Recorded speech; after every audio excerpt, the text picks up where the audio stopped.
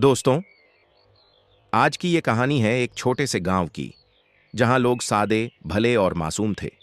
गांव के किनारे पर एक पुरानी मस्जिद थी। दिन में वहां लोग नमाज पढ़ते थे, लेकिन मगरिब के बाद कोई भी वहां कदम नहीं रखता था, क्योंकि कहा जाता था उस मस्जिद में एक जिन रहता है। ऐसा जिन जो खूबसूरत लड़कियों को प्यार का लालच देकर उनके दिल में जगह बनाता है और फिर उन्हें बर्बाद कर देता है। उस गांव में एक लड़की रहती थी, आयशा।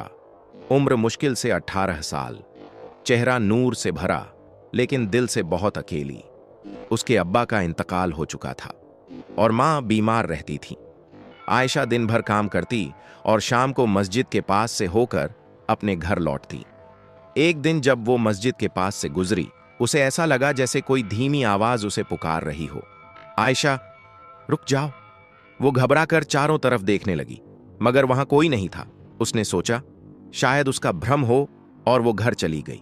लेकिन अगले दिन वही आवाज, तीसरे दिन फिर वही पुकार, और फिर एक रात जब आसमान में पूरा चांद चमक रहा था, आयशा को नींद नहीं आ रही थी। दिल में अजीब सी बेचैनी थी। उसने तय किया कि वो जाकर देखेगी ये आवाज आखिर है कौन। रात के सन्नाटे में वो मस्जिद पहुंची। मस्जिद के अंदर अंधेरा था, बस चांद की रोशनी फर्श पर पड़ रही थी। आयशा ने झांक कर देखा, एक रोशन चेहरा मुस्कुराते हुए उसके सामने खड़ा था। डरो मत आयशा, मैं तुम्हें कोई नुकसान नहीं पहुंचाऊंगा, आयशा कांपती आवाज में बोली। तुम कौन हो? वो चेहरा बोला। मैं एक जिन हूं और तुम्हारे सारे गम जानता हूं।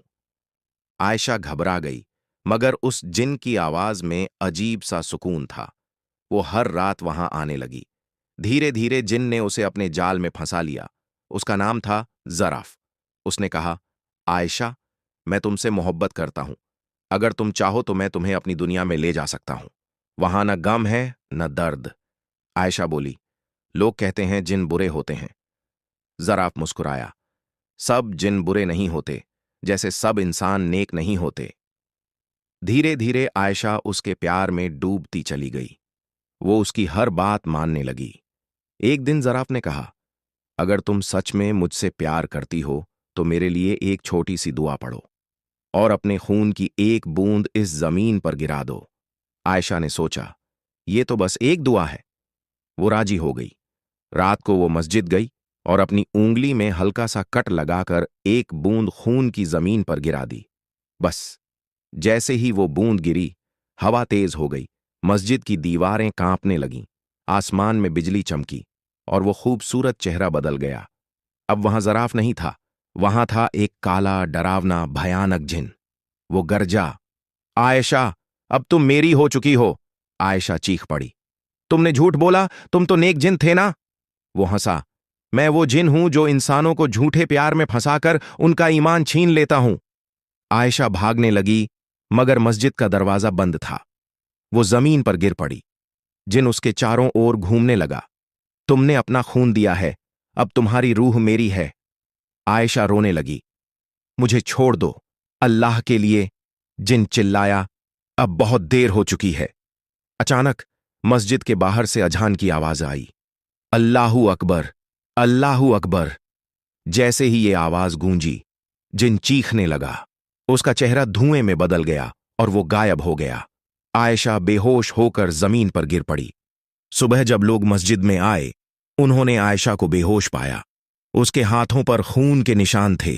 दीवार पर कुछ लिखा था, जो अल्लाह से दूर होता है उसका साथी शैतान होता है। जब आयशा होश में आई, वो रो पड़ी और बोली, मैंने प्यार के लालच में अपना ईमान खो दिया था, लेकिन अल्लाह ने मुझे बचा लिया। उस दिन के बाद से आयशा ने तौबा की और हर रोज नमाज पढ़ने लगी। वो हर लड़की को समझाती, हर वो प्यार जो हराम रास्ते से मिले वो शैतान का जाल होता है। और दोस्तों, ये कहानी हर लड़की के लिए एक सबक है। प्यार सिर्फ हलाल रिश्ते में होता है।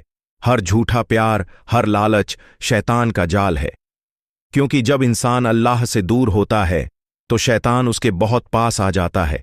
आयशा की जिंदगी तो बदल गई, लेकिन आज भी उस मस्जिद के कोने से कभी कभी हवा में एक आवाज गूंजती है, आयशा, मैं फिर आऊंगा।